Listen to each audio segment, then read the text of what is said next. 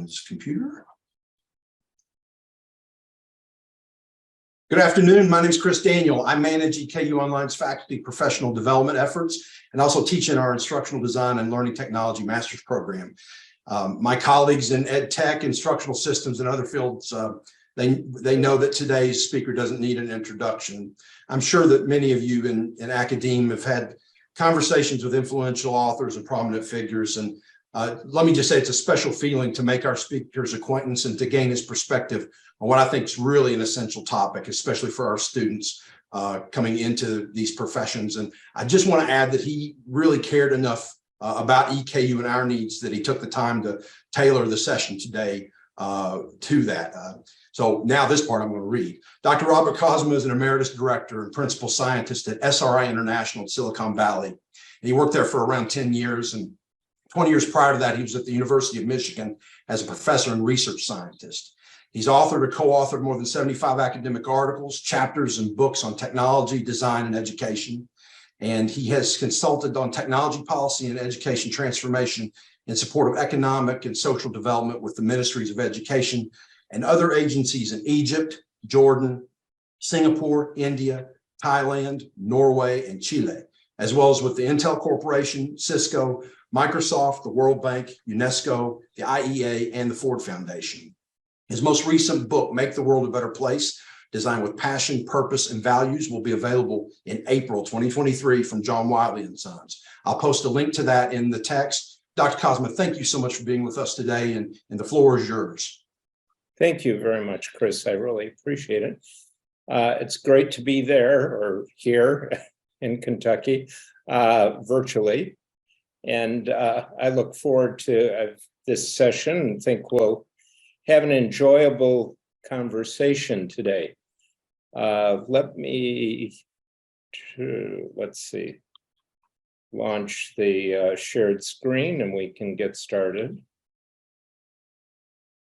Okay. Well, as Chris mentioned, the title of the session today is Make the World a Better Place, Design with Passion, Purpose, and Values. And that's the title of a book I have coming out, as Chris mentioned, in April. So today we're going to be spending a lot of time talking about design. And by the end of the session, what I hope is that you'll think differently about design, that you'll think, act, and interact differently about design. And we'll come back to that, of course. But right now, what I'd like to do is focus on this: passion, purpose, and values. Because these things are not often talked about when we talk about design. And yet, at the same time, it's going to be connecting your designs with passion, purpose, and values that you're going to make the world a better place. So I think we need to start here. And let me start with my own story, particularly related to this book. When I was a young man, my father told me that whatever I do in life, I should leave the world a better place than I found it. And that sentiment stayed with me. In fact, it became a moral imperative. As I grew older, I looked around and saw the inequality, the racial injustice, the climate change, various things happening in the world. There are little things that I did about it here and there, but it came to a point in my career towards the twilight that I felt I should do what it is that I do best, which is write. So I thought I would write this book.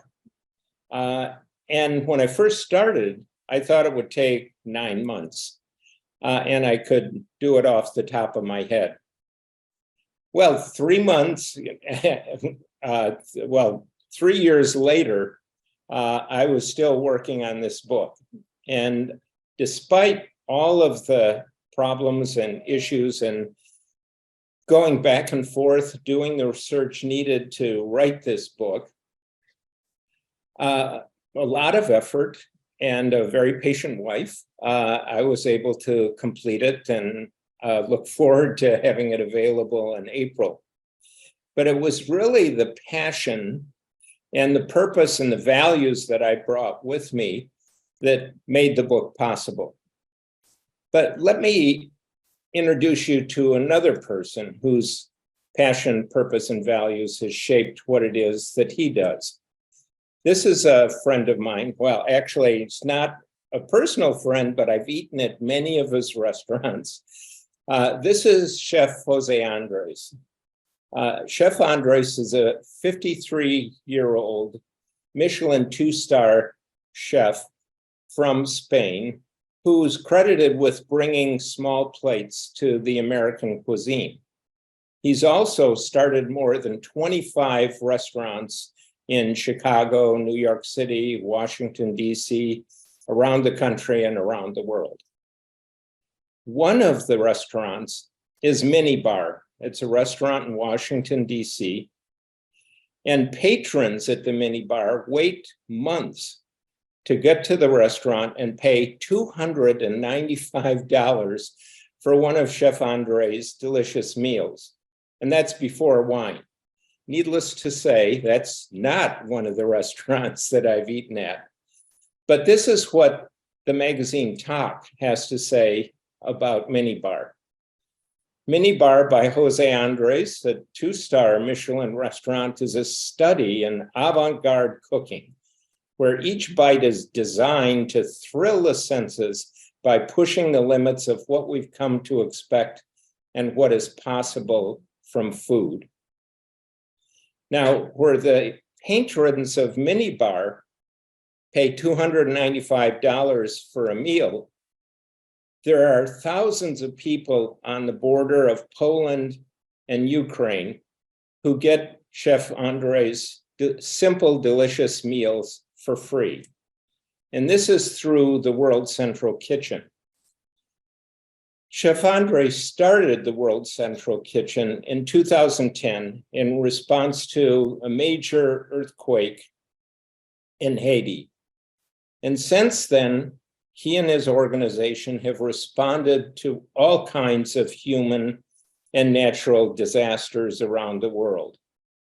Not only has he served 44 million meals across 8 countries that border on Ukraine, he's responded to disasters in Uganda, Zimbabwe, Peru, Nicaragua, Cuba, Dominican Republic, the Virgin Islands, and all over the United States, including Puerto Rico.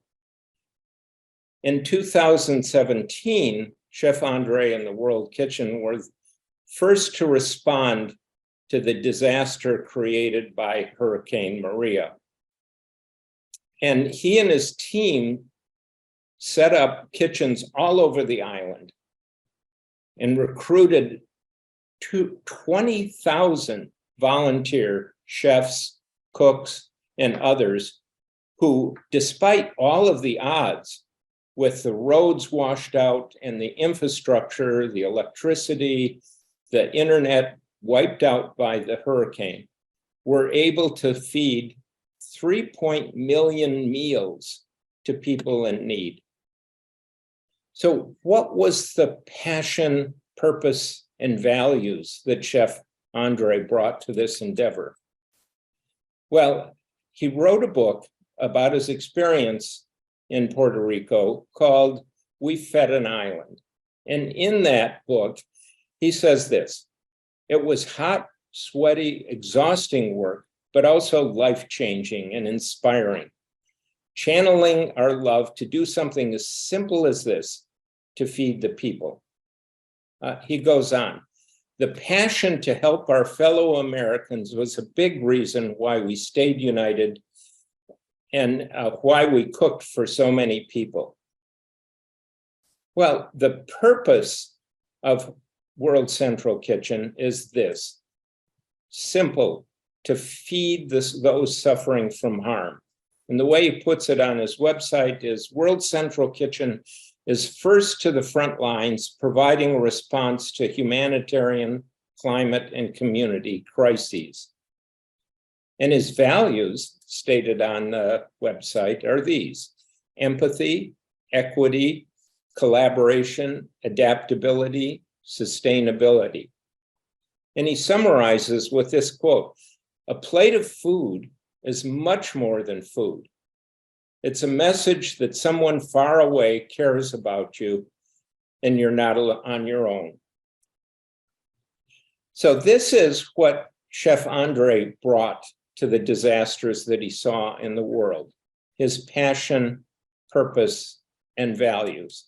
And that's what I would like to start with here: your passion, purpose, and values. Because it's going to be by connecting your designs to your passions, purpose, and values that it makes design more than a job, more than a task. It really becomes something vitally important to you and a way that you can make the world a better place. So I'd like to start today by breaking up into groups and of 3 or 4 and talking about these questions. What is your passion? What gets you up in the morning? What keeps you awake at night? What bothers you? What troubles you? Or what inspires you? What kind of keeps you going, not only through the day, but through your life, through the ups and downs that you encounter? And what are the most important values that you bring with you to those tasks and those worries? And how do you use this passion and your values to create purpose? So that's what I'd like you to do for now. I know this is going to be a very short time to talk about these important subjects, but I'd like you to get started, because we usually don't talk about passion, purpose, and design when we talk about design. So, and I'd like you to start changing that pattern and begin today by talking about these topics. So if you can break up, we'll take 10 minutes, come back together and see what we'll come up with. I'm going to go ahead and make those breakout rooms. So look for those here in just the next few seconds. Okay, we should all be back. Super. Well, I'm glad we're back. I hope you found this exercise interesting, perhaps useful. Chris and I were talking while you were in breakout, and I told him that, first of all, this is the first time I've given this presentation. So you may find that it's kind of rough in places, and I apologize for that. But one of the things that I was anxious about was starting, or even including this discussion of passion, purpose, and values. Of course, it's a major theme of the book, and there are a lot of reasons, personal reasons for that. But, you know, there's a tendency that we have not to impose, not only not impose, but even mention our personal passions and purposes and values outside of intimate relationships. So kind of bringing this into a professional discussion is with a certain amount of anxiety and risk. And yet, as I was saying to Chris, that if we're going to make a difference in the world, it has to draw on something more than just technique or even skill. It has to draw on passion, purpose, and values. So even though it's ridiculous to give you 10 minutes to talk about these important things, I felt that it was necessary to begin with that if we were going to talk about design as something that could make the world better. So I'd be interested for a couple of volunteers. Obviously, we don't have a lot of time.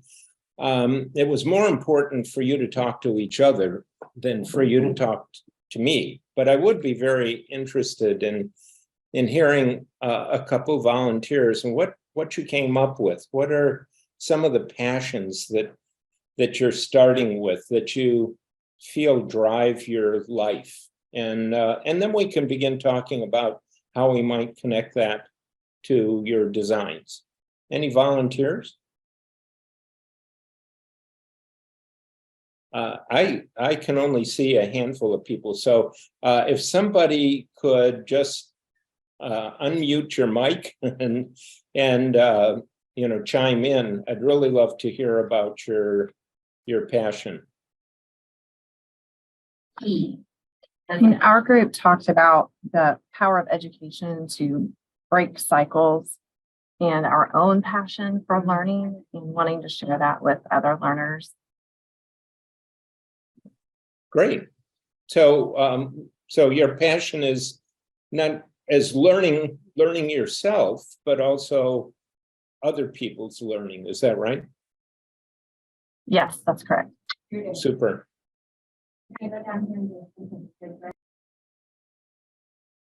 I'm sorry. Could you repeat that? That was a bit garbled.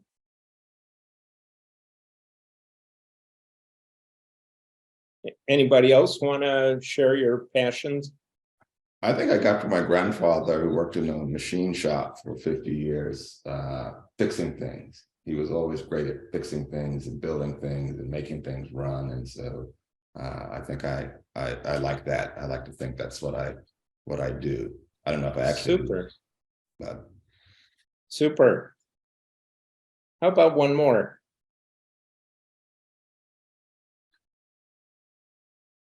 I know this is really not something that we normally talk about, so it doesn't surprise me that people are a little short or a little anxious about, hesitant about sharing their passions.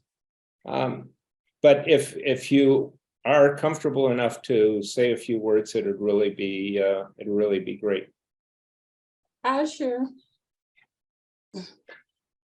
Yes. I had briefly mentioned that one of my passion is taking people to the true source of wisdom. In my case, it's God. And so I incorporate my faith in my work. And so last year, when I was not able to attend a conference that I'd gotten accepted to attend, I said, why don't I do my own conference? So I did the Wise Leader Conference last year, and it was a great blessing. And people were saying, thank you for doing a conference that I didn't know I needed. So I was able to bring educators together, and they share the strategies that they were using. And if it is that they had any biblical foundation to it, they could have shared it as well without being fearful of offending anyone. So I created that safe space last year. So Super. Super. Thank you very much. Well, passions and purposes and values are, in my mind, essential foundation for designs, at least designs that are going to make the world better. But it does give us some pause if what we're, if what we're trying to do is use that energy, passion, purpose, and values to create designs. How do you connect those? Because as I say, we normally don't think about this as part of design. So how do we define design? What do we think of when we hear the word design? Let me guess what might be on your mind. You might think of the iPhone, or perhaps a Ferrari sports car, or a Frank Gehry building, or a dramatic urban skyline, or maybe a Balenciaga dress, or a Gucci handbag, or a fast-paced, addictive video game. These are all very different, but we all think of them as designs. And what is it that what's the thread that runs through all of these?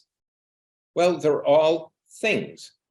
And we often think of design in this way. Design is a change in man-made things. And indeed, this designer, John Chris Jones, defined design in that way. Jones was a professor of design at the Open University in the United Kingdom, And he was a very influential designer in the 1960s and 70s, primarily because of his book, Design Methods, which was used as a textbook in design courses. And it was also the foundation for a whole movement called the Design Methods movement, which was very influential in changing design from an intuitive, artistic, aesthetic effort into a profession, into a rigorous, rational process by which things were designed. And that's the context within which he defines design, a change in man-made things. But what I'm going to ask you to do is kind of stretch that definition, begin to think differently about design. And I'm going to do that with two cases here. This is the first one. This is the Bored Ape Yacht Club NFT number 5876. You may have heard of Bored Ape Yacht Club NFTs, or maybe not. But this is one of 10,000 NFTs that were put together by 4 young men who went by the handle Gargamesh, Gordon Goner, No Sass, and Emperor Tomato Ketchup. So these 4 programmers put together 172 different attributes that they combined in different ways to come up with 10,000 NFTs. Now, this, of course, is not the NFT. If you know anything about non-fungible tokens, you would know that if I really owned this NFT, it would be registered on a blockchain. In this case, on the Ethereum blockchain, which is where the Bored Ape Yacht Club exists. Now, these 4 guys put together these 10,000 NFTs, and when they went on sale in April of 2021, they sold for 0.08 Ethereum, which is equivalent to about $190. Now, this particular NFT recently sold for $112,900. Now, why did these guys put together these NFTs? Well, this was their purpose. Hey, let's make some NFTs. And they did very well at it. Their company is now worth $4 billion. Now, let me introduce you to another case. This is the El Paso Challenge. And this young man, Ruben Martinez, who was 11 years old at the time, created it as a result of an incident where he and his mother were driving past the Walmarts in El Paso, Texas, in August of 2017. What they saw was a large number of emergency vehicles around the front of the entrance. And Ruben wondered what was going on. They later found out that what was going on was a mass shooting where 46 people were shot, 22 of them died. This had a major emotional impact on Ruben.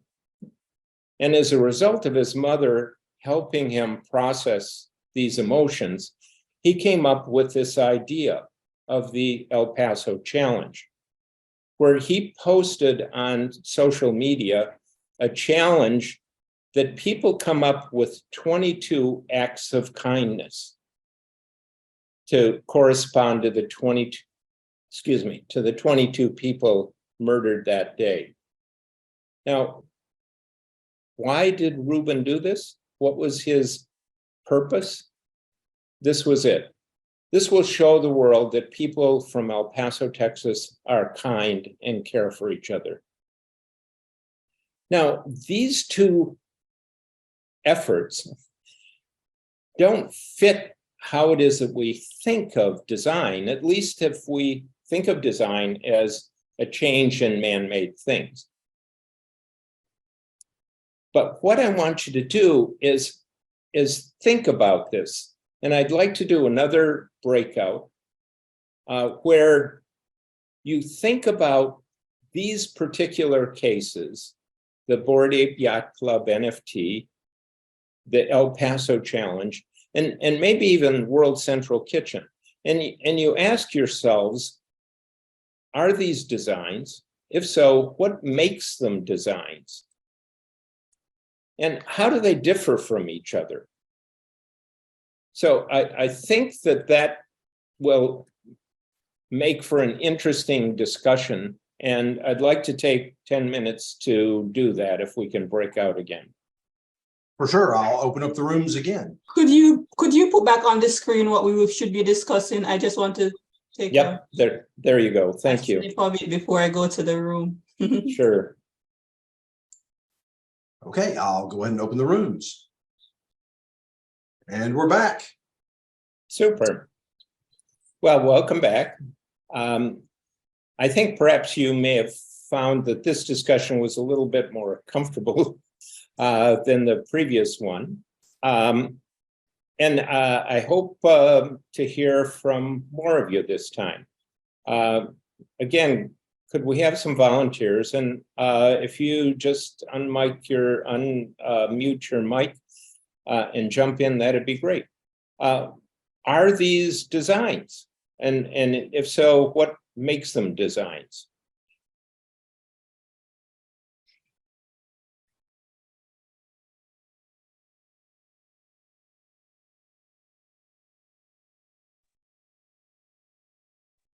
Our group decided that they are designs.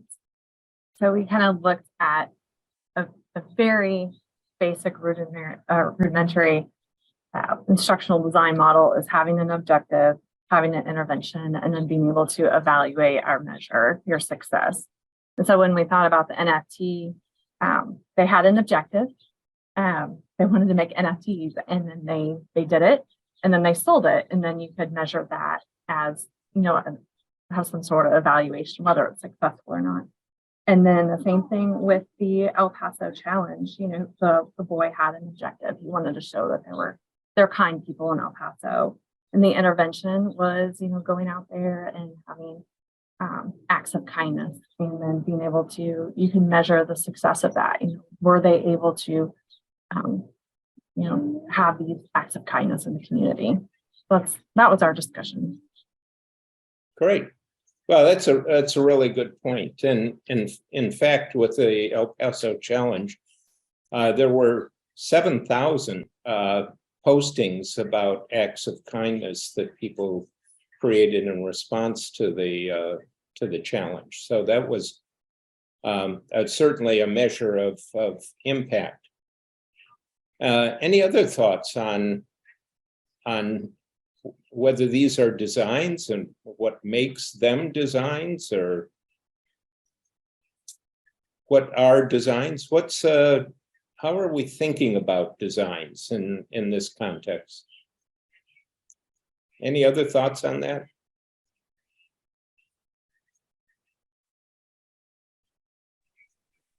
So our group had a really great conversation about just the modes. So they were both implemented, but they also had different types of modes of design. So in terms of like using social media, and we just had a really great conversation around the different ways that design can take shape in the 21st century. Okay, so the kind of the container for the design, if you will, whether it's a video game or social media or a meal is less important than the intent, the purpose of the design. So it's not the look of the design, even though the traditional definition has been a change in man-made things. It's not really the thing that is important. And that's what I'd like to transition to next, and introduce you to another friend of mine. And actually,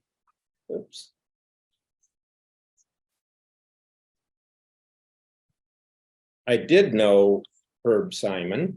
I studied under him for a year at Carnegie Mellon when I was on sabbatical from the University of Michigan. Simon was Simon was a professor of psychology and computer science at Carnegie Mellon. And he made significant academic contributions in the area of cognitive psychology, computer science, artificial intelligence, business administration, political science, and he received a Nobel Prize in economics. Now, he wrote a landmark book, which was very influential in my thinking, called The Sciences of the Artificial, which was all about design, the sciences of the artificial. And in that book, he defines design this way. Designs are purposeful courses of action intended to change existing situations into preferred ones. Now, this is a radically different definition for design than a change in man-made things. First of all, it goes beyond the thing. It talks about courses of action. And most importantly, it includes a focus on situations, and particularly on preferred situations, which implies values. So this is how we connect designs with purpose, passion, and value. That is, we're going from the current situation, which is an objective truth, if you will. We can study it, we can look at it, we can document it, we know what it is. But we're moving, or we intend to, move from the current situation to a preferred situation, to something that doesn't yet exist, something that we want to have but don't yet. And the preference implies certain values. He also defines designers differently, that everyone designs who changes existing situations into preferred ones. So it's not just those 4 young programmers who created Bored Ape Yacht Club NFTs. It's Chef Andres, who created the World Central Kitchen and supplied all those meals. And it even includes 11-year-old Ruben Martinez, and includes all of us. We don't have to have the title, although for many of you it is instructional designer, but you don't have to have design in your title if what you're trying to do is change existing situations into preferred ones. So it's a very broad definition that includes a lot of things and a lot of actions that we sometimes don't think of as designs. And that's important if we're going to consider good designs. And that's what I'd like to do next. Actually, let's skip this breakout, because I think what we can do is keep on going with this discussion and see what it is that we mean by good designs. But what I'd like you to think of in mind is what we think about when we hear good designs. And I'd like you to think of examples of what good designs are in your mind and what makes them that. What are the characteristics of good design? Now, this question has been considered by designers for decades. And one of the people who's known most for coming up with a definition of good design is this person. His name is Dieter Rams. He was a very influential designer in the late 20th century, primarily in his role as chief design officer for the German company Braun Consumer Products, where he designed many famous household items that include coffee grinders, stereo systems, radios, and furniture. And he's known most for simple shapes and clean lines, as you can see there in the background. He was very influential for a lot of modern designers, particularly Johnny Ives, who was the chief designer for Apple and designed the iPhone, the iPad, and the Macintosh computer. So for Dieter Rams, his definition of good designs is this: they're innovative, useful, aesthetic, understandable, unobtrusive, honest, long-lasting, thorough down to the last detail, environmentally friendly, and what he's known for most, as little design as possible, or what he says, less is best. But what's common about these criteria is that they refer to the thing.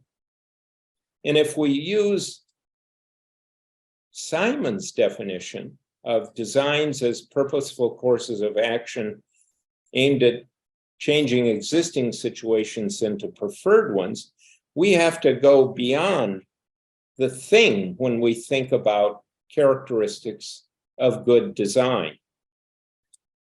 The goodness of design, from this perspective, is not just the goodness of the thing, it's the goodness of its impact, which we were talking about a moment ago. And designs are good to the extent that what is designed contributes to accomplishing the preferred situation. So getting us from where we are to where we want to be, to our preferred situation, is what we need to do if we're going to come up with a good design. Now, let me introduce you to another person who can help us think about that. And this is Peter Paul Verbeek. Verbeek is a professor of philosophy and ethics at Ethics of Science and Technology at the University of Amsterdam.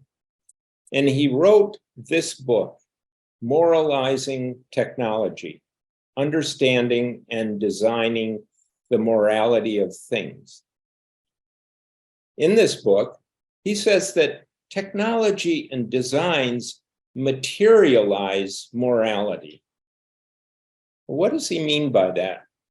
Well, technologies and designs have certain affordances, and you may have come across this term in your course readings. These are particular attributes or features built into the design that make certain behaviors easier or even possible where they couldn't be done otherwise. So, for example, because of the attributes of a hammer, we can pound. With cigarettes, we smoke, and with guns, we shoot. And some of these behaviors sometimes have moral implications. Certainly they do with cigarettes, where 480,000 people die each year from the complications of tobacco use. And certainly the use of guns has moral implication. Guns are now the leading cause of death for children 1 to 18. Far more children die as a result of gun use than in automobile accidents or cancer. So these attributes that are built into designs that have moral implications, we need to think about ways in which we can design things that have good moral implications rather than negative ones. These we could call moral affordances, attributes of the thing that facilitate behaviors that move us towards the preferred situation. Verbeek also talks about using moral imagination as getting us to where it is that we want to be, our preferred situation. What does he mean by moral imagination? Is that you think of a range of contexts for the use of designs and the moral consequences of those designs and those behaviors. We often don't consider these, and as a result, we get a lot of unintended consequences that come out of designs. Things that we don't intend to have happen, but actually do, that we wish otherwise. I mean, now there are a lot of bad designs, obviously, where harm is actually done, and as a result of something that a designer of a addictive drug or a computer scam, the harm is inflicted on people, but often harm is inflicted unintentionally, and it's because we don't consider all of the possibilities of the use of the design. So, for example, like chat, GPT. I mean, there are a lot of ways that can be used, and many of them are good, and that is intended, but there could be many unintended negative consequences. And those could happen if we don't imagine a range of contexts in which the design is used that has moral implications. So, for example, guns, between 2015 and 2020, there were over 2,000 accidental shootings involving children. And 765 of those resulted in death. So we could imagine that the use of guns, if we're a gun manufacturer, we can imagine a lot of good situations, in which guns protect people, protect families, and so on. But certainly, we don't want to have kids killing each other or themselves with guns.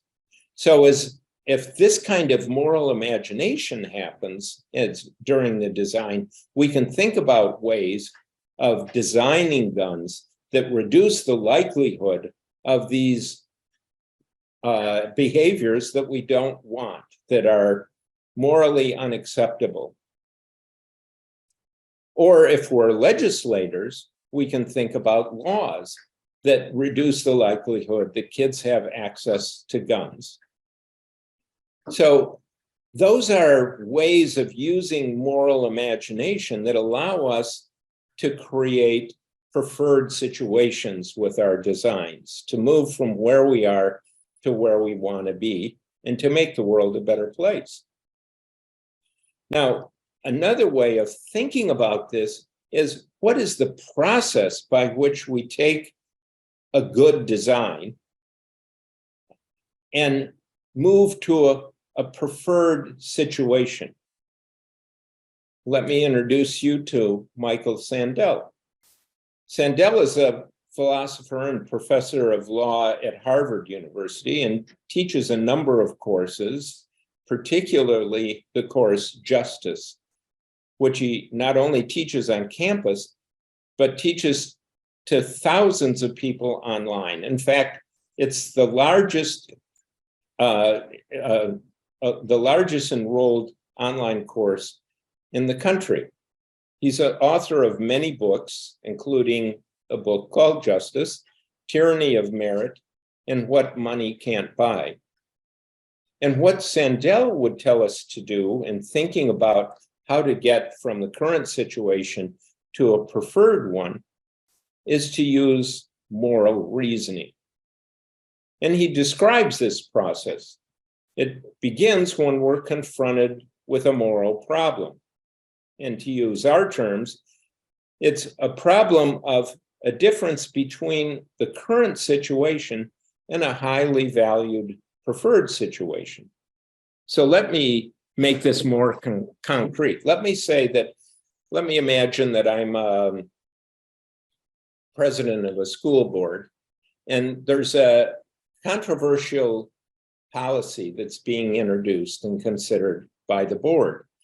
Now, my preferred situation as the president of the board is that we achieve some kind of consensus among school board members, but more importantly, perhaps between the school board and parents and other community members around this policy. So how would I use moral reasoning to get from where we are to where we want to be? And this is what Sandel would suggest. First of all, we look for a moral principle which we could use to decide to do the right thing. So as a school board member, I might say, well, a principle that I could draw on here would be that everyone has a right to their own opinion and express that. So I may apply this principle to a board meeting and say, okay, everyone who wants to say something about this policy gets 5 minutes to do so. And then we imagine using this principle in different situations and find those that kind of confound the principle, confound our thinking. So I can imagine, for example, using that principle to come up with this policy of, with this strategy of allowing everyone 5 minutes to express their opinion, but imagining situations where someone is so passionate that they refuse to yield the floor. So then I revise my thinking about the right thing to do, or maybe even rethink the principle. So I may say, well, okay, the principle of letting everyone express their opinion only works if they express their opinion, but allow others to express their opinion. So I decide instead to have a rule that if people go beyond the 5 minutes, they're cut off, to allow other people to express their opinions. But then I imagine that people get so excited or angry about their opinion, and maybe even about the rule that they can only speak 5 minutes, that they start threatening other people. And then I consider what I would do in reaction to that. So the process of moral reasoning is going back and forth between situations and principles, revising one and the other in light of your thinking. So Sandel reminds us that this is not just a solitary activity. It's not just something that goes through my own head. It's something that we often need an interlocutor, a friend or neighbor or fellow citizen, to help us think through these possibilities, these different situations, and what implications those have for our strategies in design. And even if I'm doing this solo, it often reflects processes that I've engaged in previously, interactions with other people. So if moral reasoning is a social process, what implications did that have for our designs to make the world better? And what I've come up with is this: design as a moral dialogue between co-creators. And the purpose of this is to improve the world in some way, to imagine a preferred situation, where we want to be, where we want to go. And I include all those, or a range of those, potentially impacted by the discussion, by the design to participate in the discussion. And as a group, they imagine preferred situations. Where is it that the group wants to go? How is it they want to change? And how do they go about achieving that? This discussion is grounded in values, not just my values, but those of the diverse range of people that are potentially impacted by this discussion. And values are an explicit part of the design, an explicit part of the design talk. And this is going to be difficult as you've experienced yourselves in this first breakup, that talking about designs is not something we're used to, talking about values when we talk about designs is not something that we're used to doing. But if we're going to get from here to some imagined preferred situation, if we're going to improve the world, we have to talk about our values. We have to talk about our purposes. We have to talk about our passions. That has to be an explicit part of the design talk. Obviously, there'll be differences. We don't all agree on values. We don't all have the same purposes. But if we can use differences as a creative energy in the design process, we're more likely to come up with a design that really works, that really gets us to where it is that we want to be. In this way, designs are co-created and co-owned by the group. And the goodness of the design is based on achieving the preferred situation. So let me compare this approach, design as a moral dialogue among co-creators, to what we often call human-centered design. And maybe many of you are familiar with this term. But with human-centered design, typically the purpose is to create a new product or a new service. And the design team conducts focus groups. I mean, they actually do make this a social process, which is part of what makes this human-centered. The focus groups work with those who are interested in identifying needs. The values may emerge in this discussion, but they're not an explicit part of the design process. And designs are prototyped using human-centered designs in the studio, but they're often tested out in the field. Again, what makes them human-centered design? But as a result of all this, the designs are owned by the design studio or their clients. That is, they go out into the real world, they interact with people, they pick their brains, and they go back, make a product that they own and they benefit from.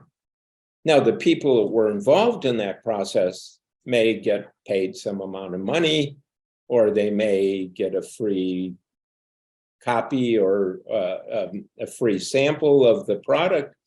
But it's not owned by them. It's not part of their world.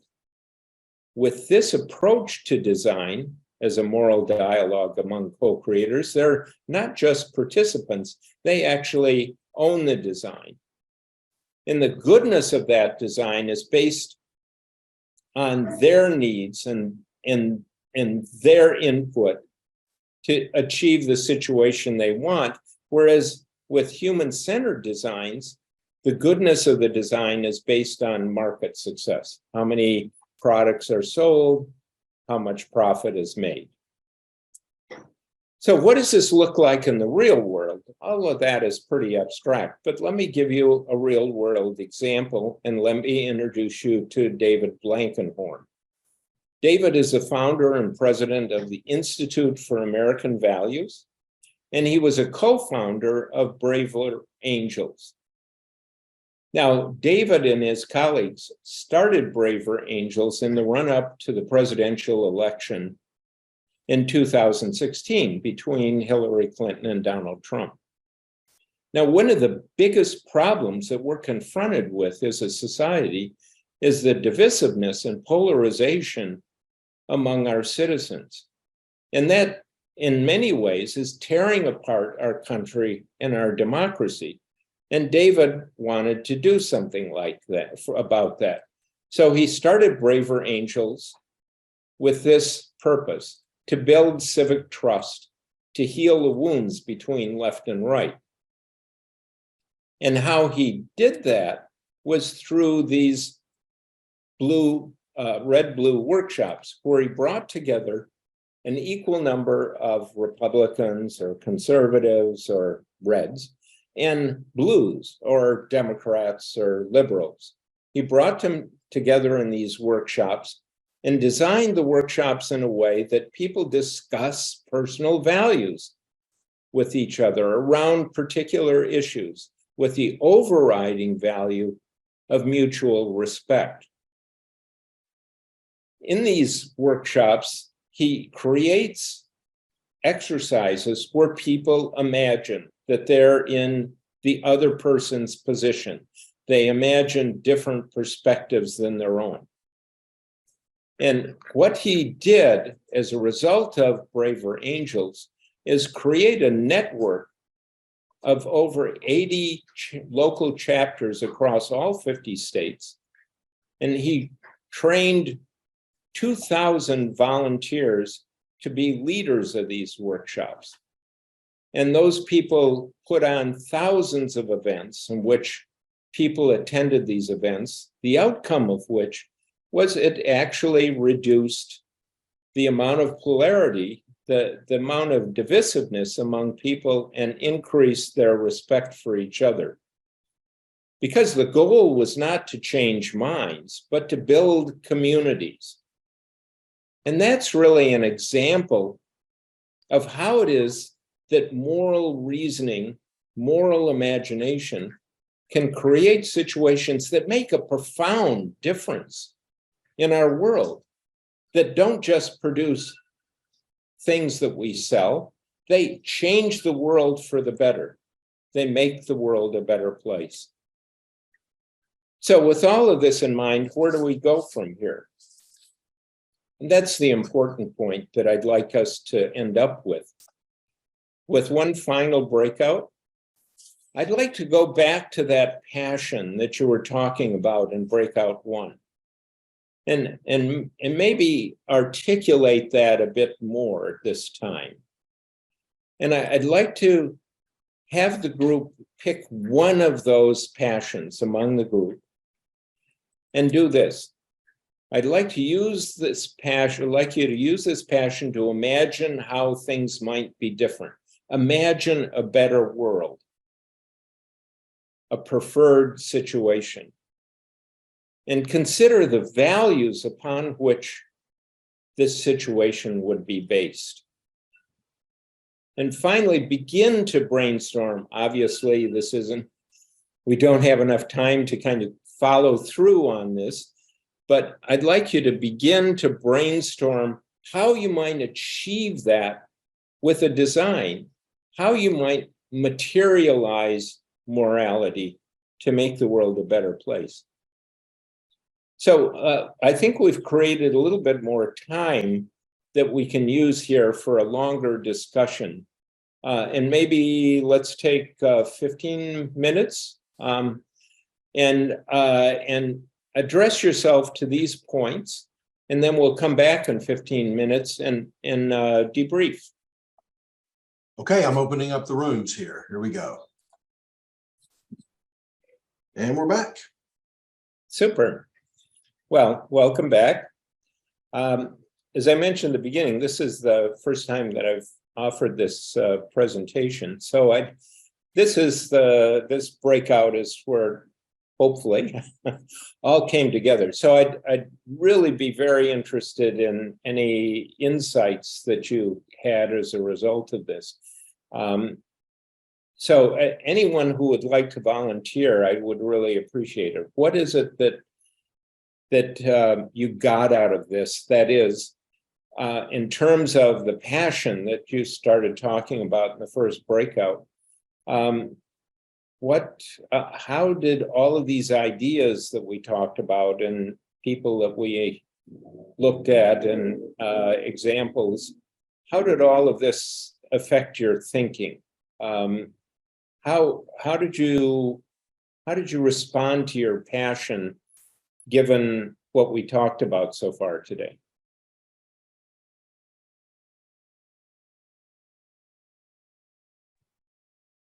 We have some volunteers. Yeah.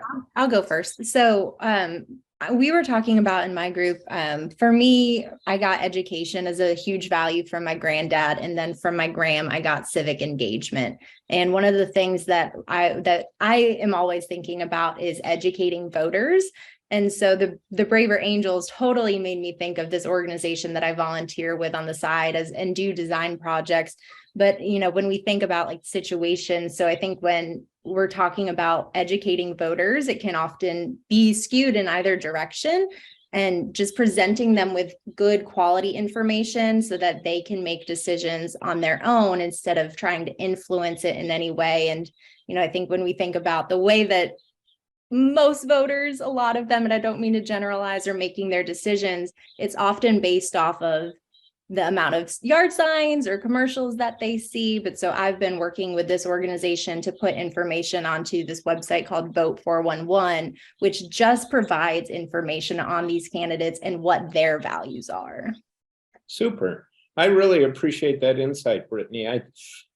You know, particularly related to values. I mean, it is really something like that effort.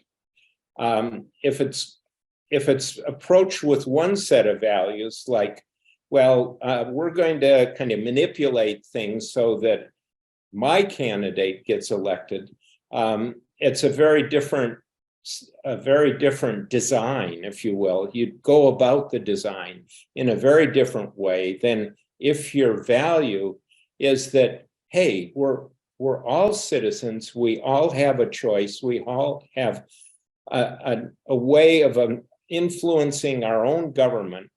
And what I would like to do is have a well-informed electorate, people who really base their decision on knowledge rather than just the way the winds are blowing or the latest ad that they listen to. Or emotion. So yes, right.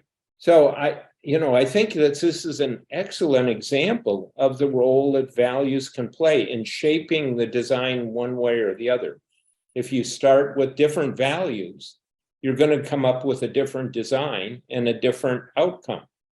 So this, I think it's an excellent example of how it is that you need to start with values if you're going to change the world for the better. Anyone else have an example or discussion that you had?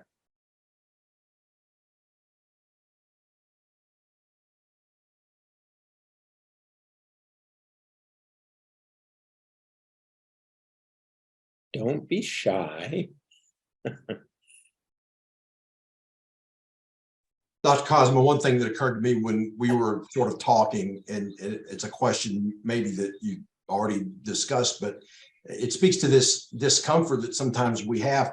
How can I share my values in a non-threatening way and also solicit people to share theirs and tune myself into listening toward the purpose of, designing whatever it is we want to design or solve a particular problem, or even ask for help, which is something I'm very interested in. I need people's help, so I need to ask for help sometimes. Yeah. It's a very difficult discussion, and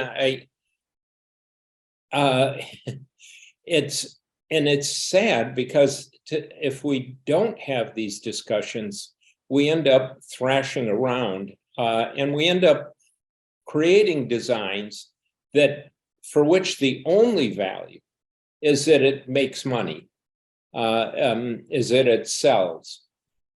And then the default value is the only thing that's important is making money. And that distorts our whole society. That's important, but it's in my mind, not the most important thing. And if we don't talk about values other than making money, then what kind of society do we have? And it's a critically important discussion for us to engage in. You don't have to agree with me, but we need to have this discussion about values if we're going to make the world better. Any other comments or thoughts coming out of the breakout?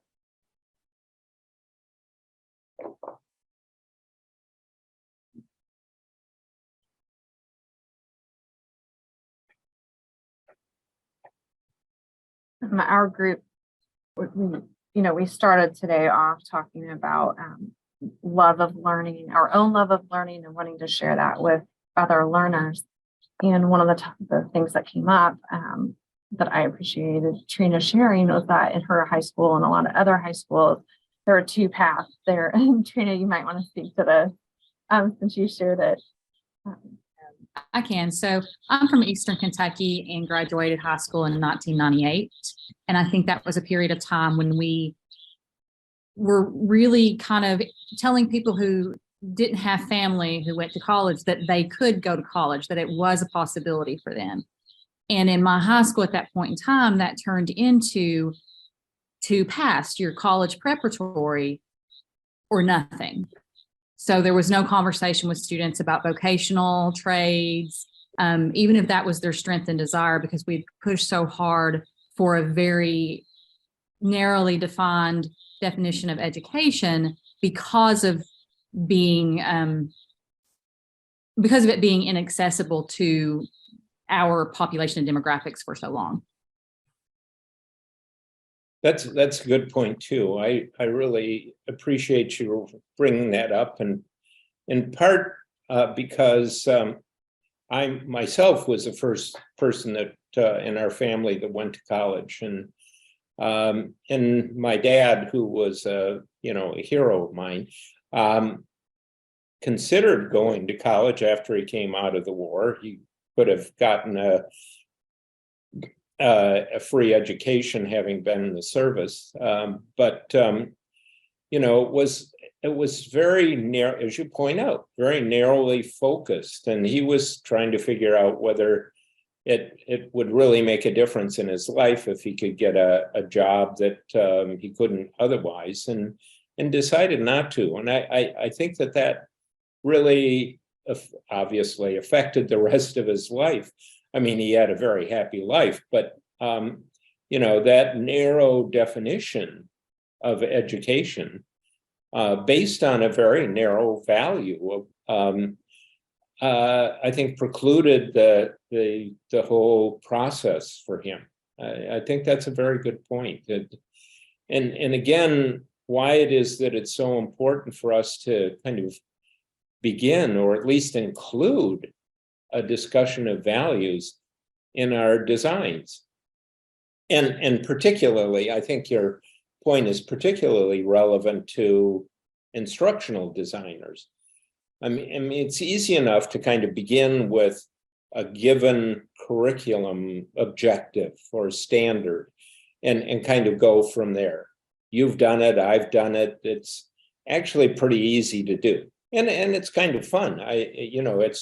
You can actually measure it. You can see how many students went through this instructional material and how many of them passed assessment of the standard and so on. But if you take a step back and you think about, well, what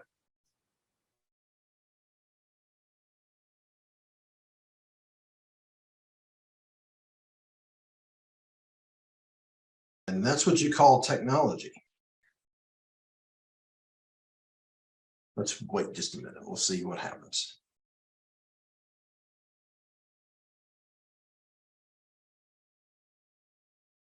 That's exactly why I went to the office today, because I knew the minute I connected at home, a meteor was going to hit the house. A dog was going to visit the service box.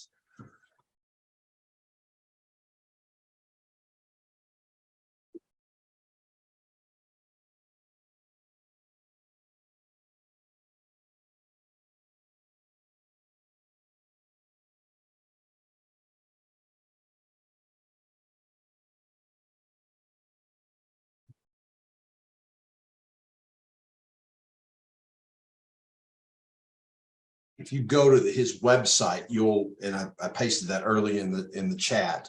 He breaks down his chapters, and I think one of the things that he's going to try to do in that book is to show us how what are some of the philosophical and historical sort of if not precepts, but the things that came before, the modern era of design, and how classical thought approach those types of things as well.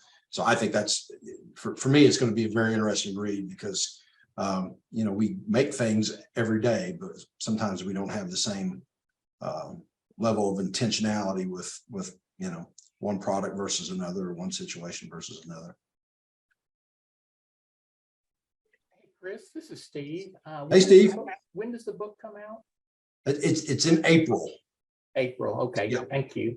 But the synopsis is already there. The chapters, chapter outline's already there, and quite a bit of supplementary information is there too. Who will be the publisher?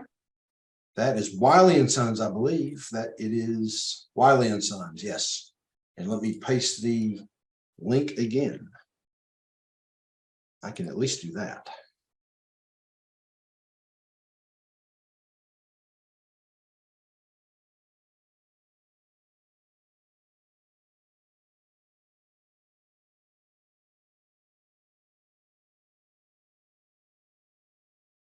I don't have a phone number. All I have is an email address that is part of the books. Oh, there he comes.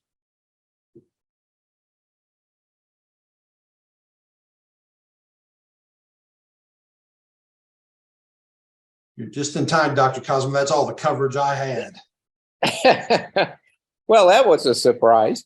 It turns out that I didn't have my laptop plugged in, and it just shut down without giving me any warning. So at any rate, Trina, I wanted to emphasize your point, in that just kind of beginning with values makes a whole lot of difference in where you end up.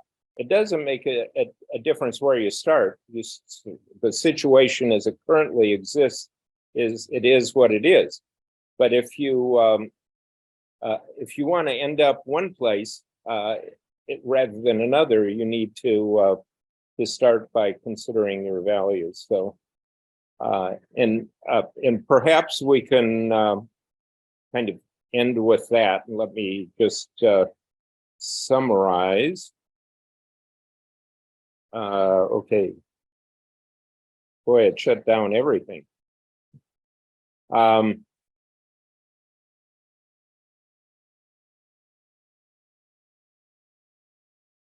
Okay, I don't need to share my screen. Okay, it's more complicated than that. Let me just kind of end with this, is that, as I said in the beginning, what I hope you take away from this session is a different way of thinking about design. It's so easy to think about design as iPhones and beautiful architecture and sports cars and video games. Perhaps that goes without saying for instructional designers. But too often we do think just about the lesson or that we're designing, rather than where it is that we're trying to go with this, and what is important to students, and what the values are, what difference this is going to make in their lives. So I hope that you come out of this with a different way of thinking about design, a different way of interacting with design, where when you design instruction, you're involving teachers, you're involving students, not just as subjects or users, but as collaborators. Someone who has a stake in this, who has some goals that they want to accomplish, and a different way of acting, that you include people, that your designs are focused on valued outcomes, and that you apply your passion, purpose, and values to help make the world a better place. So I'll leave it with that. Thank you. Dr. Kozma, thank you so much for your time today. I know I got a lot out of this, and there's a lot for me to think about and further apply and also share with my students. So thank you so much. And I'll be in touch with you all via a sort of a questionnaire, but also in conversation too with many of you who I know. So thank you all so much for attending today. Great. Thank you so much. I Dr. Kozma. look forward to the feedback. Thank you very much. Wonderful. Bye-bye. Thank you. Thank you so much. Thank you.